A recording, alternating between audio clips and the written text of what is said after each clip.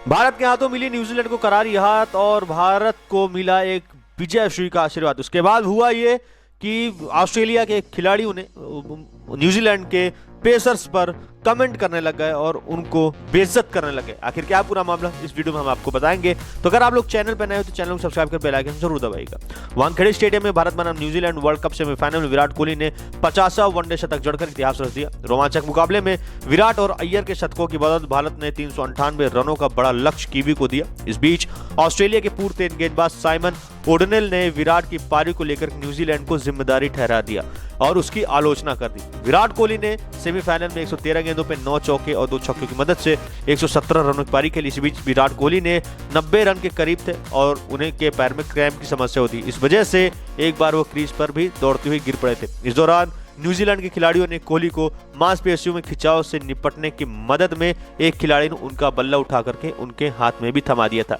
खेल भावना का यह तरीका ऑस्ट्रेलिया के पूर्व गेंदबाज साइमन ओडनेल को कतई भी नहीं भाया और उन्होंने SEN रेडियो से बात करते हुए कहा कि मुझे कल रात कुछ चीजों से समस्या हुई। विराट कोहली को क्रैम्प आ गए थे, वे भारत के 400 रन की ओर बढ़ रहे थे और लोग न्यूजीलैंड आगे आए और उनकी मदद की, क्योंकि आप जाकर विराट कोहली की मदद करेंगे तब उन्हें ऐंठन थी। जब वे वर्ल्ड कप सेमीफाइनल में 400 की ओर बढ़ रहे थे तब खेल भावनाओं के कानूनों को भीतर रहकर ही खेलना है।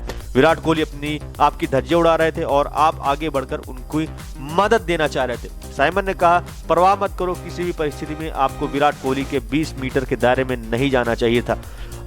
जब उन्हें ऐंठन भी थी तब भी उन्होंने अपना बल्ला फेंक दिया था और वो कीवी खिलाड़ियों से एक ने जा करके उनको उठा लिया। क्रिकेट के मैदान पर अक्सर ऐसा देखा जाता है कि जब कोई बल्लेबाज क्रैम्प या हैमस्ट्रिंग से जूझता है तो फील्डर की उसकी मदद के लिए करते हैं। इसी सेमीफाइनल मैच में ईशान किशन ने न्यूजीलैंड के शतकवीर डेरिल मिचेल की भी सहायता की थी। इसके अलावा मैच के दौरान भारतीय सलामी बल्लेबाज शुभमन गिल को भी पैर में ऐंठन हुई थी, इस कारण से वो रिटायर्ड होकर के लौट गए थे। ये कोई बड़ी बात नहीं है कि खेल भावना से बाहर नहीं है, ये एक प्रतिस्पर्धी है और कह रहा है कि ठीक है, उसे शारीरिक रूप से चुनौती दी जा रही है, हम उसे बकवास से दूर रखने के लिए शारीरिक रूप से ठीक रहने की उसकी सहायता क्यों कर रहे हैं।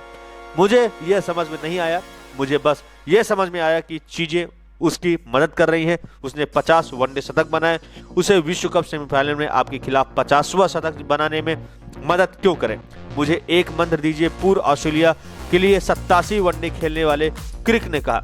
तो कुछ इस प्रकार से ये बयान दिया और न्यूजीलैंड की हार के बाद ऑस्ट्रेलिया के पेसर्स ने आखिरकार इतनी घृणा की भावना, खेल को खेल भावना की जैसे अगर नहीं देखा जाएगा तो फिर क्या खेल को युद्ध की जैसे देखा जाए। माना ये युद्ध है, करो या मरो की स्थिति पैदा होती है, लेकिन खेल भावना के तहत मैदान में इंसानियत भी दिखाना काफी इंपॉर्टेंट होता है। अगर मैच की बात करें तो मैच बड़ा शानदार मैच रहा। भारत ने और यहाँ पर न्यूजीलैंड को हरा करके यहाँ पे शानदार जीत दर्ज की। भारत ने टॉस जीतकर पहले बल्लेबाजी करने का निर्णय लिया और यहाँ पर भारतीय टीम ने न्यूजीलैंड के सामने 397 रनों का लक्ष्य दिया। जीतने के लिए चाहिए थे न्यूजीलैंड को 398 रन और यहाँ पर सेमीफाइनल में मोहम्मद शमी ने 7 विकेट चटका करके सबकी होश उड़ा दिए और यहाँ पर जीत भारत की झोली में ला करके रख दिया। साथ ही विराट कोहली का 50वां वनडे शतक आया। उन्होंने शतकों का अर्धशतक लगाया। अपने गुरु सचिन तेंदुलकर का भी सम्मान उन्होंने पाया और साथ ही साथ श्रेयस अय्यर जो इतने टाइम से बुरे फॉर्म से चल रहे थे, तो लगातार इस वर्ल्ड कप में उन्होंने धमाकेदार